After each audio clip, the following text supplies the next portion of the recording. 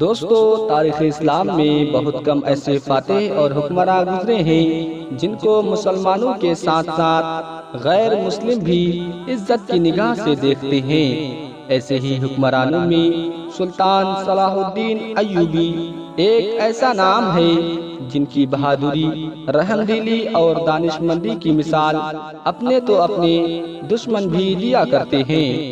دوستو، اکثر مسلمانوں نے سلطان صلاح الدین ایوبی کا نام تو سنا ہوگا، مگر افسوس کہ بہت کم مسلمان ان کے اتہاس کے بارے میں جانتے ہوں گے، کیونکہ آج ہمارے جوان اور بچے اسلام کے ان ہیرو کے بارے میں جاننے کے بجائے فلمی دنیا کے ایکٹرز کے بارے میں جانتے ہیں۔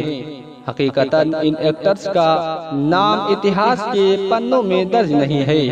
دوستو، اگر آپ چاہتے ہیں کہ سلطان صلاح الدین ایوبی جیسے حکمراں کے اتہاس کو جانیں تو ویڈیو کو آخر تک ضرور دیکھیں۔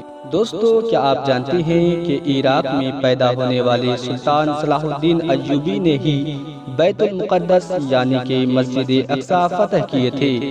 سلطان صلاح الدین ایوبی نے ہی دنیا کی سب سے آدھونک سلطنت کی بنیاد رکھی تھی۔ ان کے ذریعے استھاپت کی گئی ایوبی سلطنت نے 100 سالوں تک آدھی دنیا پر راج کیا۔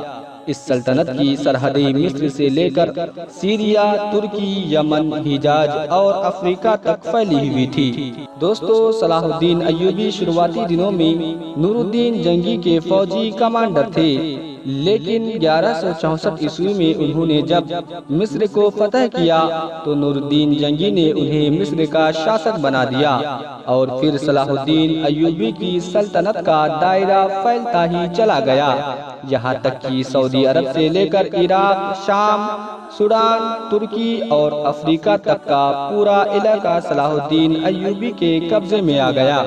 دوستو، صلاح الدین ایوبی نے مسجد اقصی فتح کرنے کے لیے 16 جنگیں لڑی۔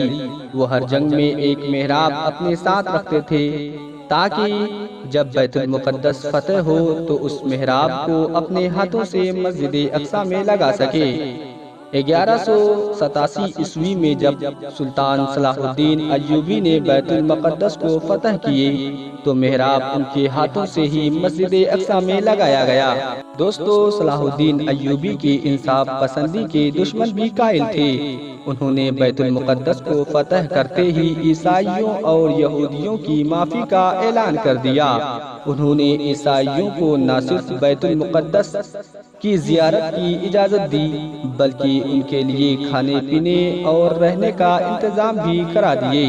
صلاح الدین ایوبی کے اس اخلاق سے یہودی اور عیسائی اتنا پربھاوت ہوئے کہ انہوں نے اسلام قبول کر لیا۔ دوستو، صلاح الدین ایوبی کے ہوتے ہوئے کسی میں مسلمانوں کی طرف آنکھ اٹھانے کی ہمت نہ تھی۔ یروشلم کے بادشاہ کے بھائی نے جب مسلم حاجیوں کے قافلوں کو لوٹا تو سلطان صلاح الدین ایوبی نے سرِ عام اس کا قتل کر دیا۔ صلاح الدین ایوبی کے ذریعے آزاد کروائے گئے بیت المقدس پر مسلمانوں نے تقریباً 750 سال تک حکومت کی، لیکن 1948 میں امریکہ، برطانیہ اور فرانس نے مل کر فلسطین میں ایک یہودی دیش اسرائیل کی بنیاد رکھ دی اور بیت المقدس کے آدھے حصے پر یہودیوں نے قبضہ کر لیا۔ 1967 میں ہونے والی عرب اور اسرائیلی جنگ میں باقی حصہ بھی یہودیوں کے قبضے میں چلا گیا۔ دوستو، آپ کو یہ بتا دیں کہ بیت المقدس مسلمانوں کا قبلہ اول تھا۔ مسلمان پہلے اسی کی طرف منہ کر کے نماز ادا کرتے تھے، اور پیغمبر اسلام حضرت محمد مصطفیٰ صلی اللہ تعالی علیہ وسلم نے یہیں سے معراج کا سفر طے کیے تھے اور مسجد اقصی میں تمام نبیوں کی امامت بھی کی تھی۔ دوستو، آپ کو یہ جان کر شاید حیرانی ہوگی کہ صلاح الدین ایوبی کے ذریعے استھاپت کی گئی سلطنت ایوبیہ میں ہی آنکھوں کے علاج پر سب سے زیادہ ریسرچ کی گئی۔ موتیاں بند کا سب سے بہترین علاج مصر میں ہی کھوجا گیا تھا۔ دوستو، سلطان صلاح الدین ایوبی کو اسلامی اتہاس کا ہیرو کہا جاتا ہے۔ دنیا کے لوگ سلطان صلاح الدین ایوبی کو آج بھی عزت کی نگاہ سے دیکھتے ہیں۔ تو دوستو، آج کی ویڈیو کو ہم یہیں پر ختم کرتے ہیں۔